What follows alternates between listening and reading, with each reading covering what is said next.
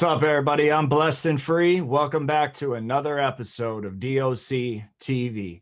All right, man. So, what was life like for you growing up, man? Well, first off, what's your name and where you're from? Well, first of all, thank you for having me on your show. I appreciate it. Thanks for reaching out. My name's Sean Dustin, and I'm from Northern California originally, born and raised. And yeah, I mean, my life was growing up was pretty tumultuous.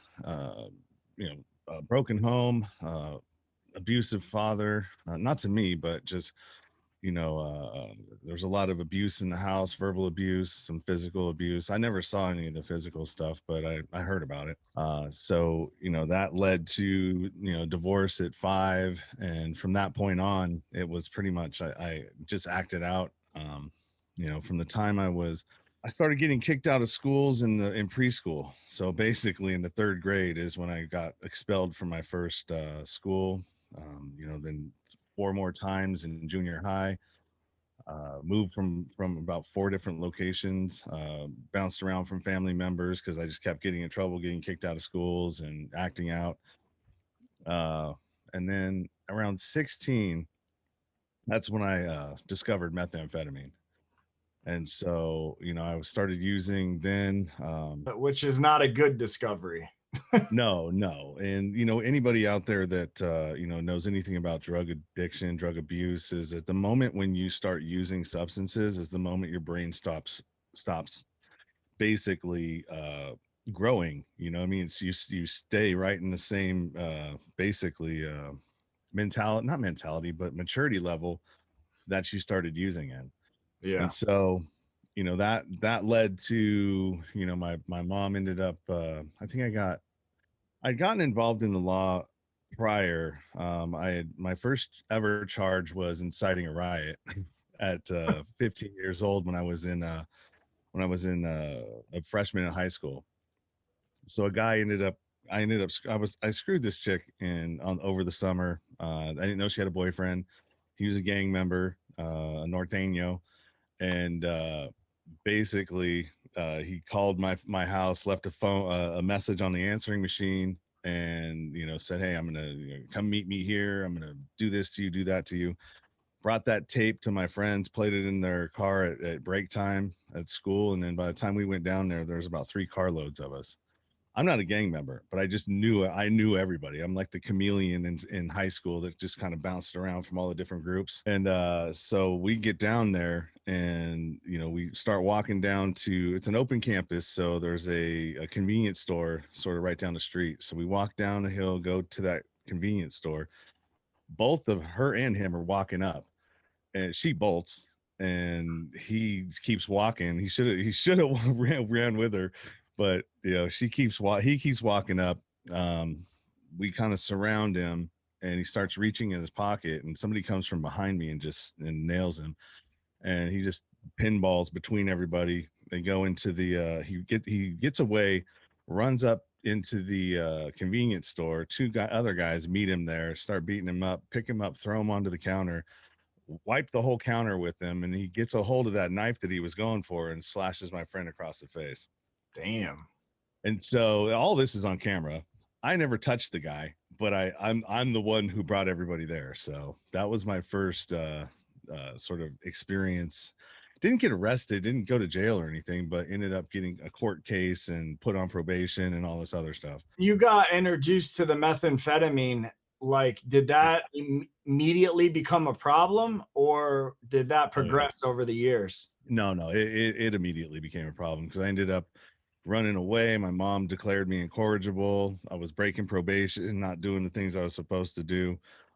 Ended up doing a 151 at the boys ranch, came back, still didn't kick it, found it again, and then ended up in trouble one more time. And they gave me a choice to go to do 9 months in juvenile hall or do 6 months in a drug treatment, like a therapeutic community for like adolescents. And I chose that one because it was co-ed. And so I was like, I don't want to hang out with a bunch of dudes. At least I'm going to be somewhere for a while. Like maybe there's some chicks there. But anyways, that, therapeutic communities are based on progress, not time.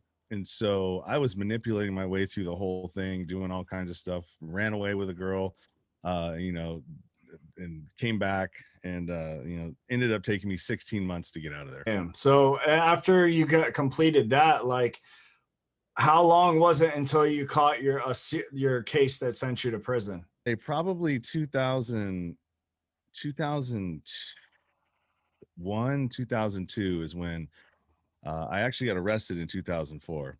But that's when I, you know, started really kind of, you know, doing crime, like having a group of guys that were going out doing smash and grabs for me and doing you know, burglaries and stuff like that. I was paying a bunch of, you know, slammers to basically go, and I was paying them in drugs to go rob stuff. And And that, that's where your case came out of, was what was that, like dealing stolen property? no, I was I got set up by the guy that I was dealing with. So I was selling meth, you know, moving ounces at a time, and the guy that I was dealing with for about a year got caught, turned a CI onto me, and I sold to an undercover 5 times, and they were surveilling me for about a month through this whole time. You know, I had guns and all kinds of stuff. They would always see me when they were watching me, pull it out of my back, put it under the seat, and this, right. And so when they came in with flashbangs and concussion grenades because they, you know, they knew I was armed. Yeah. But I wasn't in the room that they concentrated everything in, though. So when that happened, did you know like it was over at that point? Well, I thought it was over. You know, I still had one firearm, and they didn't find that one. And this story is kind of crazy. I was in the back room working. It was about 3 o'clock in the morning. I was in the back room working on $100 bill because I was counterfeiting hundreds at the time too. You were doing everything, bro. Well, I couldn't sleep. I would be up for 3 days at a time just Yeah. working on stuff, perfecting things. And you know, so I was in there with a friend. My girlfriend and her friend were sleeping in the bedroom, and all of a sudden it's like boom, boom, boom, boom. For whatever reason, I've been up for like 3 days. And so I was like, oh my God, the drive-by, right? I thought someone was really doing a drive-by on the house.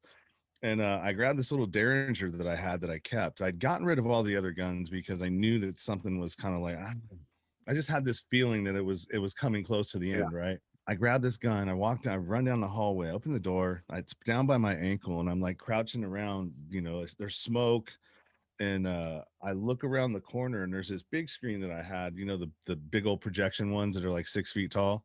Yeah. That was in front of the door, which was keeping the door from opening all the way up. But I saw the shields. So as soon as I saw those shields, I ditched the gun behind the TV and I dove on the ground and put my hands behind my back. They'd have seen that gun, that'd have been over. Yeah, they would have opened fire on you if they saw that. Yeah. I didn't get caught with it because here's another funny story. I lived near an Air Force base at the time, and so it had double pane glass windows, and I tinted the inside of the window. So one of the flashbangs that they shot into the window came in, but it bounced back off and it blew up on them. And then their and then their police dog bit them. So they were pissed when they got in there, right? And I was mouthing off and just being a smartass. So they picked me up when I was hogtied, two of them, and it rammed my head into the big screen, and it pushed the TV over the gun. Oh wow, man. Man, And they they were, had they were making mistakes left and right that day. Oh yeah, they were. That gun had the serial numbers filed off of it. So that's an automatic 5 right there. When they took you down at the end of it, when you got arrested and went into the police station, like what was the first things they were coming at you with as far as charges and you know, time that you were looking at? Well, first of all, they let me out 3 days later on my own recognizance. So Damn. they went through all of that just to let me out because I had no priors. Well, it was And probably because they had been watching you for a month and they knew that they were going to get you anyway. So that's probably yeah, why. You know what like I'm sure they eventually got you, right? yeah, they did. But I went on the run after that. I was like, catch me if you can. I'm not turning myself in. Oh, they weren't expecting that. No. They're probably looking to see if I could lead them somewhere bigger, you know. Right. But what ended up happening is that they missed all of the drugs and the cash that I had there. So they missed it all. Even with a police dog, they missed it. So I You had have it this. hidden? Yeah, I had it in a TV VCR combo that was up in the corner hanging from the ceiling. And so the dog couldn't smell it, right? And nobody else knew that I stashed everything there. So, I mean, the gun disappeared. I don't know. Somebody helped them try to clean up and move stuff out. And this guy stole the gun when he saw it. And then he ended up getting busted with it when he walked into another raid probably a month and a half later. Damn, bro, that's nuts.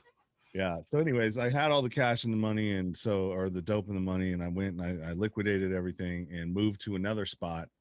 And then from that point on, it was probably about a good 3 months after that. I'd figured out how to do some stuff with credit card numbers.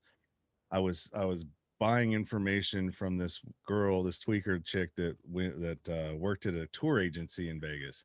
And so like she had all this information, had everything, their CCV, their credit card number, their names, their phone numbers, their addresses, everything that you would need to, use one of these things. And so I figured out how to do something and ended up going cross country, well, not cross country, made it to Amarillo, Texas from Vegas, ran out of meth, couldn't find any more. I look like a cop, you know what I mean, when I have my hair short. And so we went to the strip club, tried to find some. Nobody would mess with us. So we ended up having to just crash for like 3 or 4 days, and came back up, did the same thing, got back, and our roommate at the time, she never really calls us or cares what we're doing, but she, around she knew we were coming back, and so like every 4 hours she was calling, say, hey, are you almost here, are you almost here, to a point where it was like either she was trying to tip us off that something was going down, or it tipped me off. I'm like, something's funny. So I went and stashed all the cash before we Like went. she was setting you up. Somebody was. Yeah. Well, yeah, and using her to find out where you're gonna be at. Exactly. So what ended up happening is I took the cash, stashed it, came back. Her friend Steve was there, and he was like this little hang around for the Hells Angels. And so he was trying to make his bones and saying, hey, I know, there's going to be some money, some cash, some dope, something. They're coming back with something big. And, as soon as we got there, there was this other guy, and him and her sat down, trying to, just been on the road for, hours, and smoked some, started smoking some meth, and he pulled out a gun and he's like, get on the ground, both of you. And so he said, you're being taxed. And I'm like, taxed? What the fuck is that? And so anyway, anyways, he separates us, starts questioning us. And I was like, you know what, man, this is stupid, dude. If you want to make some real money, because you're not going to get anything right here, right now. I mean, you can get a Cannondale bike, you can get, some fireworks that we picked up in New Mexico. You can, a little bit of cash and, some of this other shit. But if you want to make some real money, and I started showing him what I could do, with this credit card thing, right? And he bought it. All I want to do is get him the fuck out of the house, right? At this point. And so he said, okay, all right, that's cool. Let's do this. I'm jazzed, we're gonna, you know what you're doing, whatever. So he takes Cannondale, he takes a computer and some cash and some fireworks, and he bounces. 3 days later, I'm like, I'm gonna kill this fucker for doing that. And so what I did is I went and bought a shotgun at a Big Five in the identity that I had stolen and was using. So I had credit cards in this person's name, I had an ID in this person's name, and all that other shit, right? So I went, bought the gun, it went through, everything is fine. They don't give it to you that day because there's a cooling off period, right? You can't just go buy a gun and take it. I think I had to wait for like 3 days. So I was cheating on my girlfriend at the time. I had gotten a hotel room in Vegas. It was like one of these weekly ones. The first night, it was in the girl's name. I was screwing, but I paid cash for it. And the second night, and the next day, I was supposed to pick up this gun. But the second night, I was like, all right, well, I'll just use the credit cards. I didn't have any cash. I didn't want to spend any cash. So I used that credit card and the ID. In Vegas, when you're at a weekly, they send all your information to Metro to make sure you're not a fugitive, right? And so this is the funny part. The person's identity I was using was a black person. And so when the two IDs came up, right, mine versus him, I don't look black, right? And Right. so they told me, all right, well, your room is going to be ready in about 3 hours. Come back then. And I wasn't thinking anything of it. I was like, I was more thinking, well, I need to go get this gun. I'm going to kill this person. I literally, that's what I was going to do. So I go get it, come back. As soon as I pull up, man, they're right there waiting for me. And that was the last time I saw the light of day. That was 2004 in May. All right. So how long did you end up getting? I got a 15 to 60 month sentence for that. Then the guy that was with the fraud and forgery guy that came to the previous place that I had, right? On the with all the the money and the shit that I was doing there. He showed up and he had a Secret Service guy doing a ride along with him. And so he convinced me. He's like, look, I remember what you had at your last place, and I can imagine what you've accumulated now, because now you've stepped your game up. You're not doing what you were doing before. You're like keep leveling up. Right, right. And so he's like, if you take me back to your pad right now and give me all the shit that you have, then I won't charge you with any of this other stuff that you've got right here. You've got about 30 charges you're sitting on right here. And I was like, I just want to go to sleep, man. I'm like, I've been up for 3 days, man. I just want to go to bed. So yeah, whatever you want. Did you think he was trying to like okey doke you, like go give up your shit, but then still charge you? Or did you actually like think it was legit? I didn't care. I just wanted to go to sleep. And if you were willing to not charge me with this, and all I got to do is you're just taking me to jail for the warrants that I have already, you know what I mean, for the 5 controlled buys, I'm good. Let's go. So I called my chick on the phone and said, hey, look, I just been arrested. The gig's up. I'm not gonna be out for a long time. And we're coming to get all my fucking equipment. The cops are coming. So if there's any drugs or anything, put them away, do whatever you gotta do. And so I went, gave him all my stuff. It took me to jail about a month. No, not even a month. I say about 9 months into this, me fighting my case for the state. Um, the I get indicted for the shotgun and the credit cards that were in the back of that truck that I didn't even know. They're just numbers in a box, and I had no idea that was even in there. And so what ended up happening was he didn't charge me with it. He gave it to the Secret Service guy to pull the federal charges out of it. Damn. And so yeah, I got okey doked. And so it didn't stop there. When I was fighting my case, I knew that I'd done some research when I got there at the law library. After I slept for about a week and normalized, I started going, okay, well, I need to figure out, I need to do some damage control here. What am I looking at? What kind of time am I looking at? And so I discovered that if you waive your right to a speedy trial, they can do whatever they want. But if they don't, they have 60 days to take you to trial. And so I knew that there was a backlog on the drugs when they were being tested, because they have to be tested in order for them to be able to right, take it to the lab. Yep. And so I was like, all right, well, I'm gonna try to play the odds here, right? So hopefully, if I don't waive my rights, it'll be 60 days. They won't be able to meet that deadline.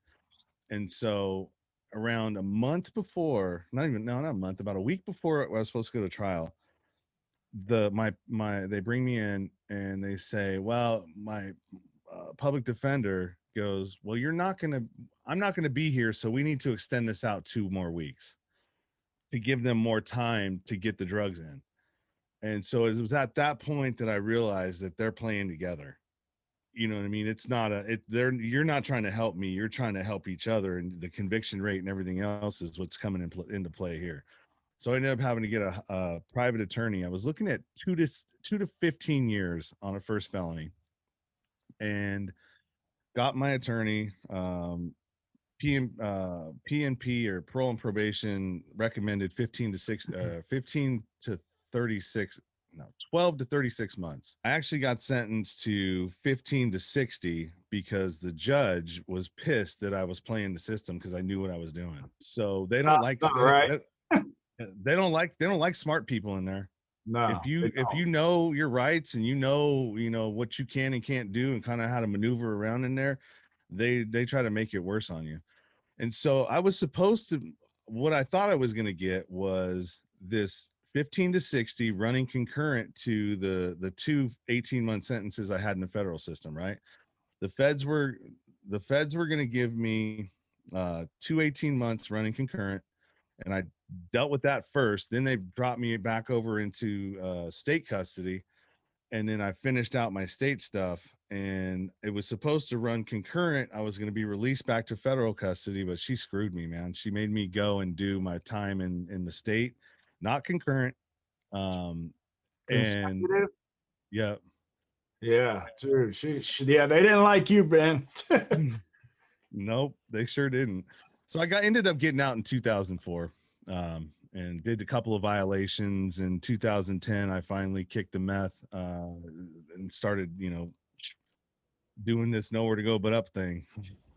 All right. So what I want to do is get into what happened when you went to prison and what that experience was like, especially since those were your first, charges. But I know you got some stuff going on with podcasts, social media, the people that are watching, how can they find you? So the easiest way to find me is where it's like right there on the screen, nowhere to go but up pod.com is the website that I got. Some of it's still under construction. My nonprofit page is under construction still, but you can still find me pretty much anywhere there. Behind me, it says Linktree. So that literally has all the places you can find me. So linktr.ee/nowhere to go but up.